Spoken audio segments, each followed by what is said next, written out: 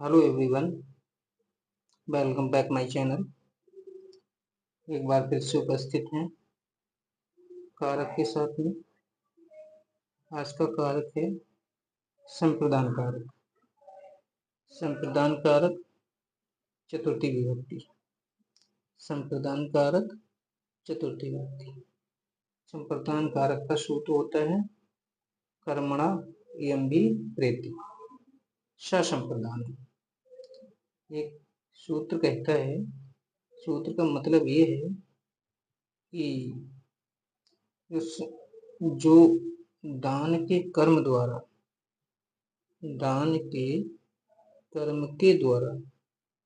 जिसे खुश किया जाता है उसकी क्या हो जाती है, इस सूत्र से संप्रदान संज्ञा हो जाती है, उसकी संप्रदान संज्ञा हो जाती है। और जिसकी संप्रदान संज्ञा हो जाती है उस इस सूत्र से, चतुर्थी संप्रदान सूत्र से उसके क्या हो जाता है, चतुर्थी विभक्ति होती है। इसकी संप्रदान संज्ञा होगी, इसकी क्या हो जाएगी, चतुर्थी विभक्ति हो जाएगी। इसके बाद आइए समझते हैं उदाहरण के माध्यम से। उदाहरण है कि वह ब्राह्मण को गाय दान देता है। तो ब्राह्मण को यानी कर्म क्या है, गाय। कर्म क्या है, गाय। तो गाय किसको दिया जा रही है, कर्ता गाय किसको दी जा रही है, ब्राह्मण के लिए। तो ब्राह्मण के लिए गाय दी जा रही है, तो ब्राह्मण में क्या हो जाएगी, चतुर्थी विभक्ति हो जाएगी। वह इस वाक्य में करता है और दान क्रिया के कर्म गौ के द्वारा विप्र मतलब ब्राह्मण को उपकृत करता है, मतलब खुश करता है। उपकृत का अर्थ है खुश करता है। अतः विप्र में संप्रदान संज्ञा हुई और उसकी चतुर्थी विभक्ति हुई।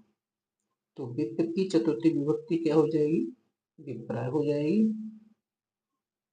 क्या हो जाएगी, विप्राय हो जाएगी। विप्राय हो जाता है विप्राय के लिए। श माने वह ब्राह्मण के लिए गायम ददाती मतलब गाय देता है, ऐसा उसका भाव हो जाएगा। इसी प्रकार है नियम नंबर 1 है। नियम नंबर 1 कहता है कि नमः आदि शब्द आते हैं, जैसे नमः है, स्वास्थ्य है, स्वाहा है, स्वेदा है, अलम है, वसठ है, आदि के योग में क्या होता है, आदि के इन शब्दों के आ जाने से क्या हो जाती है, चतुर्थी विभक्ति हो जाती है। तो ये सूत्र है द्वितीय अध्याय के तीसरे पाठ का 16वां सूत्र है। नमः का अर्थ होता है नमस्कार, स्वस्ति का अर्थ होता है, स्वस्ति का अर्थ होता है कल्याण को, और स्वाहा का अर्थ होता है आहुति, सुविधा का अर्थ होता है बलि, अलम का होता है पर्याप्त, और बसठ का होता है आहुति। के योग में चतुर्थी विभक्ति होती है। योग में क्या होता है, चतुर्थी विभक्ति होती है। समझते हैं उदाहरण के द्वारा। जैसे दिया है हरि को नमस्कार। यहाँ पर जो नमस्कार शब्द है, यहाँ पर जो नमस्कार शब्द है वो क्या है, नमा। नमा मतलब नमस्कार। किसके लिए नमस्कार है, हरि के लिए। तो हरि का चतुर्थी विभक्ति में क्या हो जाएगा, हरि हो जाएगा। चतुर्थी विभक्ति में हरि का क्या हो जाएगा, हरि हो जाएगा। तो हो जाएगा हरि को नमस्कार या हरि के लिए नमस्कार। ठीक है।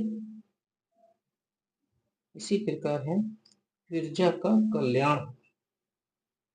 प्रजा का कल्याण हो, तो कल्याण शब्द के आ जाने से जो प्रजा है, प्रजा में क्या हो जाएगी, प्रजा शब्द में कल्याण शब्द के आ जाने से प्रजा शब्द में चतुर्थी विभक्ति लग जाएगी। तो चतुर्थी विभक्ति प्रजा का क्या हो जाएगा, प्रजा बहुत सारी है इसलिए बहुवचन शब्द होगा, तो प्रजा भ्या हो जाएगा। क्या हो जाएगा, प्रजा भ्या। चतुर्थी का हो जाएगा प्रजा भ्या स्वस्ति। स्वस्ति का अर्थ होता है कल्याण हो, प्रजा का कल्याण हो। ऐसा ही है अगले है कि अग्नि के लिए आहुति। अग्नि के लिए आहुति है। तो आहुति का अर्थ होता है स्वाहा। तो आहुति के आ जाने से अग्नि जो शब्द था उसमें चतुर्थी हो जाएगा। तो अग्नि का चतुर्थी क्या हो जाएगा? अग्निय हो जाएगा। तो अग्नि शब्द बन जाएगा अग्निय स्वाहा, अग्नि के लिए आहुति। ऐसा ही है अगले, पितरों के लिए बलि या अन्नादि। अन्नादि मतलब दान के, दान देने, दान होना, पितरों के लिए अन्न दान करना। तो यह आ जाएगा बलि देना। तो यहाँ पर हो जाएगा पितरों के लिए। तो यहाँ सुविधा हो जाएगा, सुविधा के कारण क्या हो गया, यहाँ पर पितृ में चतुर्थी विभक्ति हो जाएगी। तो हो जाएगा पितृभ्या, यानी पितरों के लिए, सोहा मतलब बलि देना या अन्नादि दान करना। ऐसा ही है दैत्यों के लिए, इसी प्रकार है दैत्यों, दैत्यों के लिए हरि पर्याप्त है। तो जो दैत्यों के लिए है वो हरि पर्याप्त है। पर्याप्त है अलम, अलम का अर्थ क्या हो जाता है? पर्याप्त। तो अलम शब्द के आ जाने पर अब किसके लिए पर्याप्त है, किसके लिए कहा गया है? दैत्यों के लिए, दैत्यों के लिए हरि पर्याप्त है। तो यहाँ पर जो दैत्य है, तो यहाँ पर दैत्य में क्या हो जाएगी? दैत्य भ्या हो जाएगी, चतुर्थी बहुवचन हो जाएगी। दैत्य भ्या हरि अलम, दैत्यों के लिए हरि पर्याप्त है। इसी प्रकार है इंद्र के लिए आहुति, इंद्र के लिए आहुति तो बसठ हो जाएगा आहुति के लिए। और बसठ के आ जाने पर इंद्र में क्या हो जाएगा? इंद्र का इंद्राय हो जाएगा। इंद्र का क्या हो जाएगा? इंद्राय हो जाएगा। चतुर्थी विभक्ति एक वचन में इंद्राय शब्द बन जाएगा, यानी इंद्र के लिए आहुति। इसी प्रकार से है नियम नंबर 2 है, नियम नंबर 2 है स्प्रे इप्सत सिद्ध, स्प्रे इत सिद्ध हो जाएगा। तो स्प्रे का मतलब होता है चाहना और इप्सित का मतलब होता है इच्छा, इच्छित। करो कि स्प्रे मतलब चाहने की धातु, स्प्रे धातु के योग में इप्सित अर्थात जिस वस्तु को चाहा जाता है, जिस वस्तु को चाहा जाता है, चाहने की इच्छा होती है, उस वस्तु में क्या होती है? चतुर्थी विभक्ति होती है। समझ पा रहे हो ना नरेश जी? समझ में आ गया है? हाँ, तो कह रहे हैं कि स्प्रेह का अर्थ होता है चाहना, धातु के योग में इप्सित मतलब इच्छा से इच्छित अर्थात जिस वस्तु को चाहने की इच्छा हो, उस वस्तु में क्या हो जाएगी? चतुर्थी विभक्ति लग जाएगी। क्या हो जाएगी? चतुर्थी विभक्ति लग जाएगी। जैसे वह पुष्प की इच्छा करती है, इच्छा किसकी कर रही है भाई? इच्छा कर रही है पुष्प की। ये पुष्प की जिसकी इच्छा की जाए तो क्या हो जाएगा? उसकी क्या, जिसकी इच्छा की जाएगी तो उसमें क्या हो जाएगी? चतुर्थी विभक्ति। तो श कौन कर रही है? स्त्रीलिंग भाव है स्त्रीलिंग का। जब स्त्रीलिंग का भाव है तो वह श, भय का क्या हो जाएगा? श, और स्त्री और पुष्प का क्या हो जाएगा? पुष्पेभ्या, पुष्प क्या हो जाएगा? पुष्पेभ्या हो जाएगा। और इच्छा करना स्पृहति हो जाएगा। स्पृहति मतलब इच्छा करना है। तो समझ में आ गया हो तुम्हें? समझ में आया नहीं? हाँ, तो इसके आगे देखो फिर। ठीक है, समझ में आ गया। इसके आगे है कि नियम नंबर 3। नियम नंबर 3 कहता है कि ये नियम नंबर 3 है कि पहले अध्याय चौथी पाद का 37वां सूत्र है। इसमें कुछ धातुएं दी गई हैं, उनके आ जाने से क्या हो जाता है? चतुर्थी विभक्ति हो जाती है। जैसे क्रोध धातु आ जाने से, द्रोह आ जाने से, ईर्षा धातु आ जाने से, अशु धातु के आ जाने के योग में क्या हो जाता है? चतुर्थी विभक्ति हो जाती है। क्रोध, क्रोध का मतलब होता है क्रोध करना, द्रोह का होता है द्रोह करना, ईर्षा का ईर्षा करना, और अशु का होता है किसी के गुणों में या दोष निकालना या जलना। ऐसी धातुओं और इनके समान अर्थ वाली धातुओं के योग में क्या होता है, इनकी जो समान वाली धातु समान अर्थ वाली धातुएं और भी हैं जितनी भी, उनमें भी इसी प्रकार से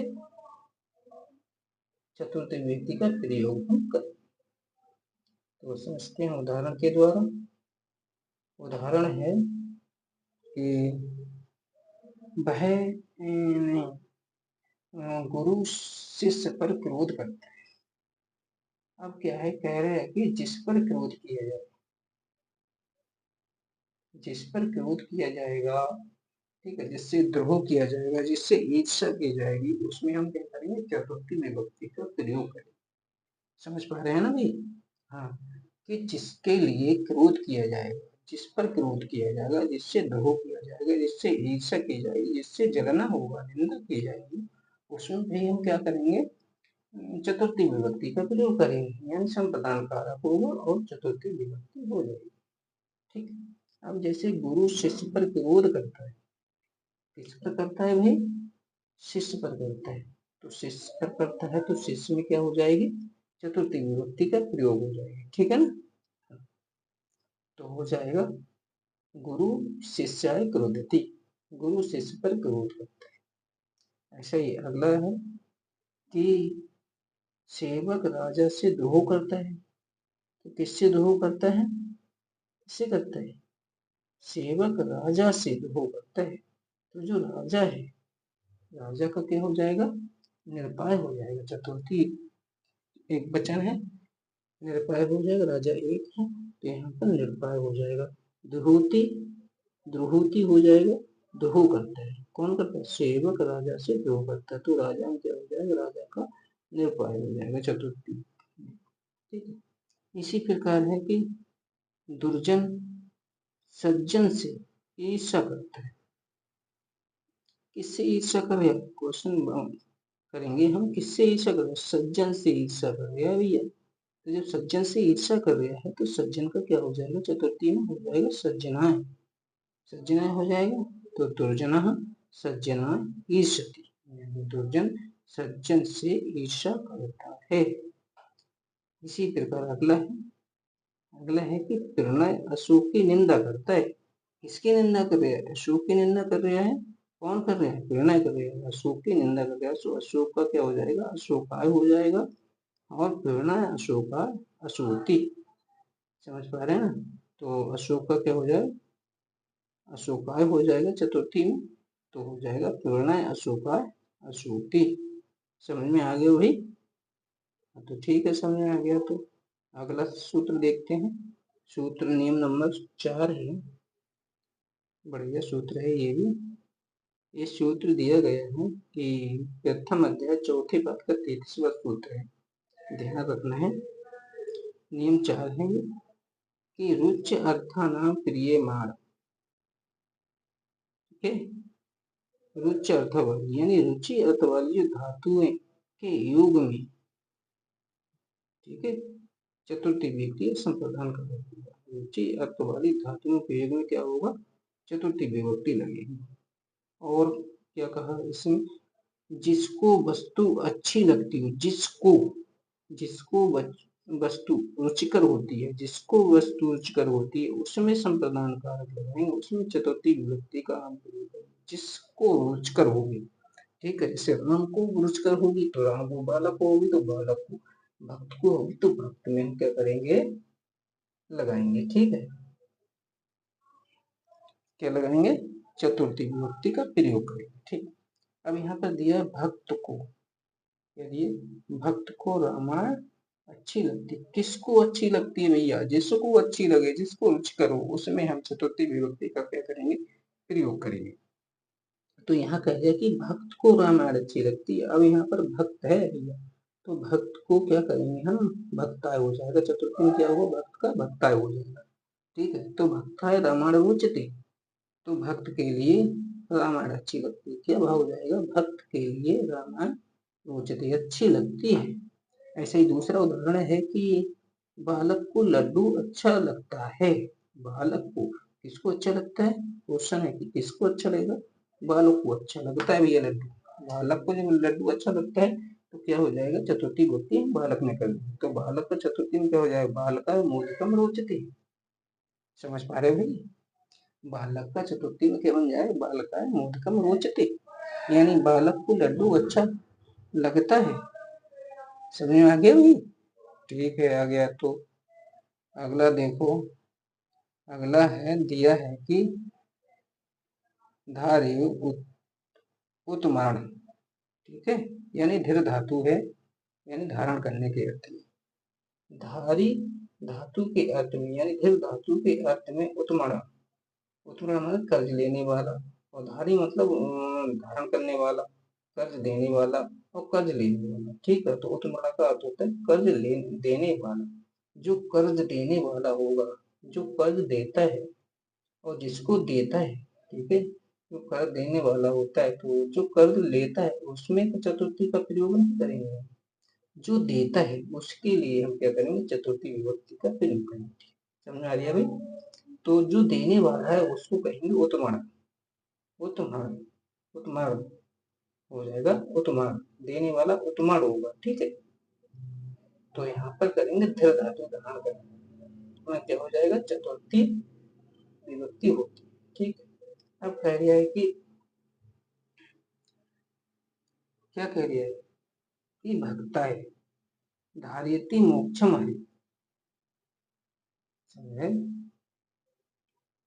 अब जो भक्ताय है तो धारयति मान धारण करता है मोक्ष को, हरि मोक्षम हरि, भक्त के लिए मोक्ष, हरि के लिए, भक्त जो हरि का भक्त है उसके लिए मोक्ष धारण करता है, ठीक है। आइए उदाहरण के द्वारा फिर समझते हैं। दूसरा उदाहरण है, दिया गया है कि जो रमेश है भैया, कह रहे हैं कि सोहन रमेश के 100 रुपए का ऋणी है।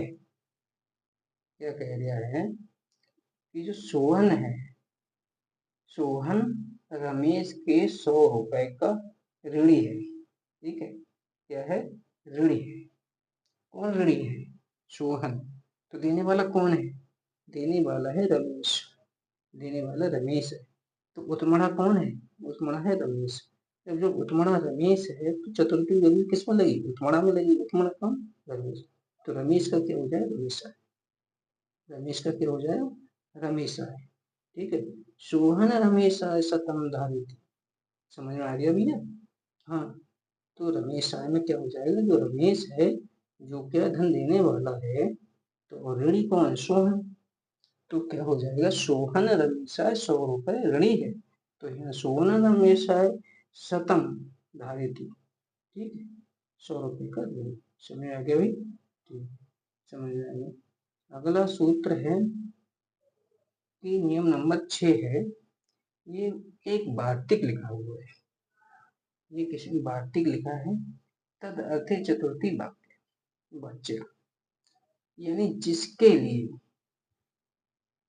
कोई चीज हो या जिसके लिए कोई क्रिया की जाती है, सीधे समझने का अर्थ है, समझो जरा ध्यान से, कि जिसके लिए कोई चीज हो या जिसके लिए कोई क्रिया की जा रही हो, गई हो, फिर से एक बार सुनो, जिस उद्देश्य के लिए कोई क्रिया की जाती है, जिस, फिर से सुन, जिस उद्देश्य के लिए क्रिया की जाती है उसमें, उसमें क्या करेंगे, चतुर्थी विभक्ति का प्रयोग करेंगे, जिस उद्देश्य में, ठीक है। जैसे समझ लो कि जो उद्देश्य है, जिस उद्देश्य के लिए क्रिया की जा रही है उस उद्देश्य में चतुर्थी विभक्ति का प्रयोग करेंगे। आइए समझते हैं उदाहरण से।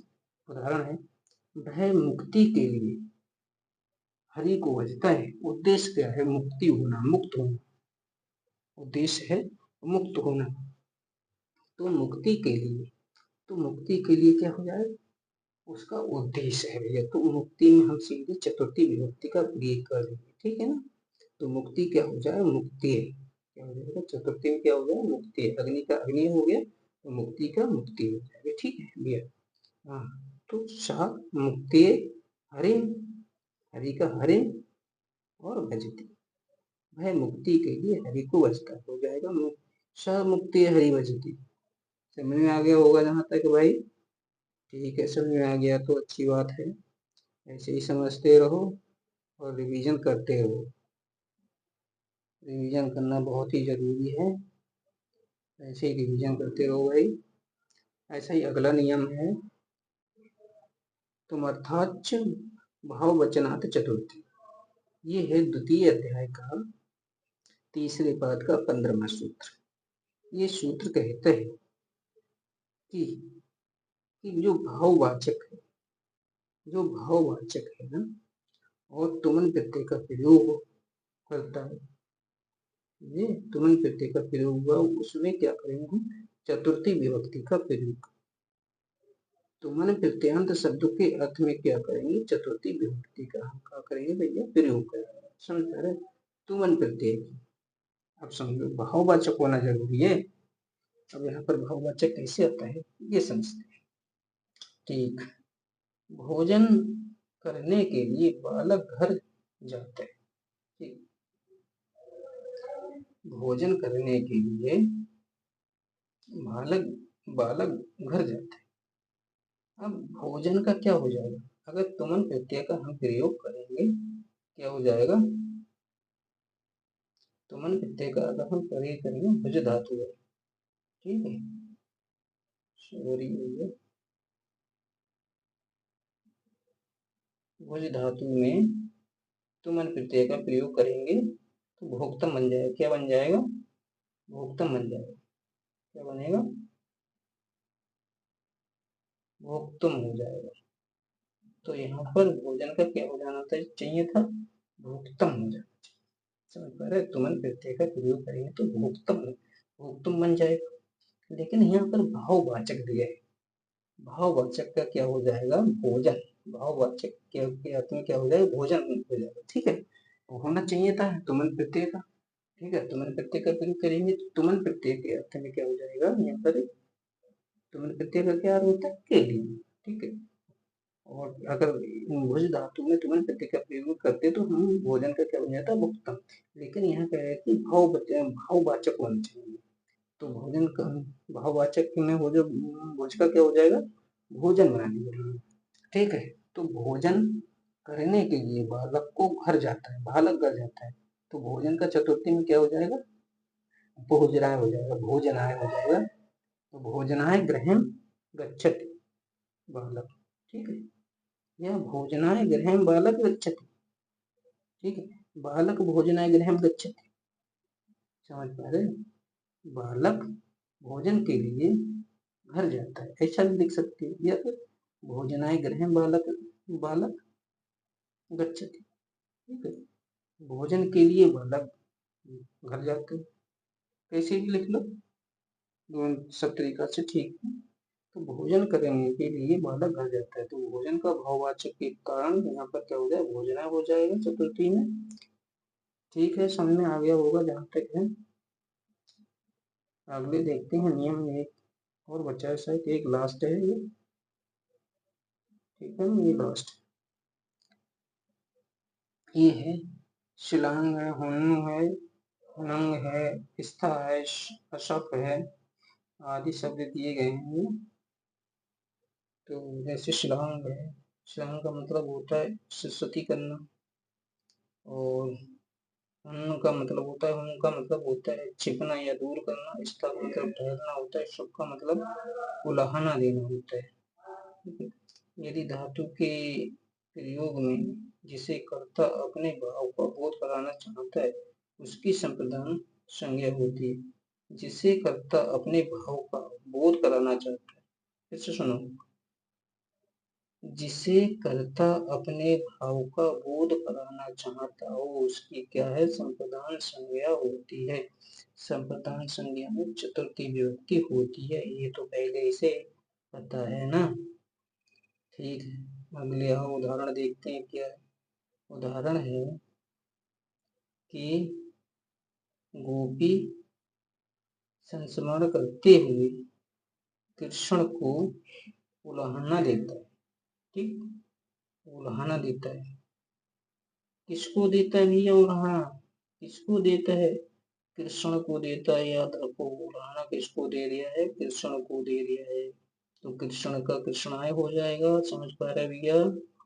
कृष्ण का कृष्णाय हो जाएगा। तो गोपी स्नात माने करते हुए कृष्ण को शपथ माने उल्हाना देता है। ठीक समझ में आ गया। गोपी संस्मरण करते हुए, स्मरण करते हुए, गोपी स्मरण करते हुए कृष्ण को क्या करता है, उल्हाना देता है। तो गोपी स्मरात कृष्णाय शक्ते। ठीक है, समझ में आ गया। तो कृष्ण को उल्हाना दे दिया है, तो चतुर्थी का प्रयोग हम किसमें करेंगे, कृष्ण में कर देंगे। कृष्ण का कृष्णाय हो जाएगा। तो हमारा समझ पा रहे हैं, समझ में आ गया। ठीक भैया, बस आज की वीडियो में इतना ही। और अगर आपको वीडियो ठीक ठाक लगे हो तो इसे लाइक और शेयर करें और कमेंट में अपनी राय जरूर दें। धन्यवाद भैया।